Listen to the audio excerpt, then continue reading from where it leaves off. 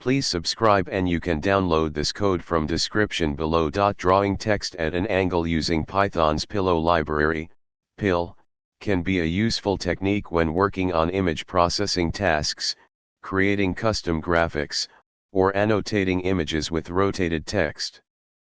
In this tutorial, I will show you how to draw text at an angle using PIL with step-by-step instructions and a code example. Before you begin, make sure you have the PIL library installed. You can install it using pip.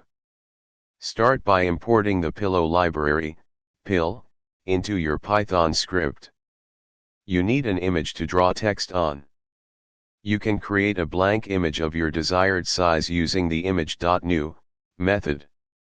To draw text on the image, you need to create a drawing context using the imagedraw.draw method. Specify the text you want to draw, the font, color, and size. You can use a truetype font file, TTF, for custom fonts. You need to provide the font file's path and size. Now, you can rotate and draw the text on the image using the draw.text method. Specify the position, text, font, and fill color. To rotate the text, use the rotate method. Finally, you can save the image or display it using the show method.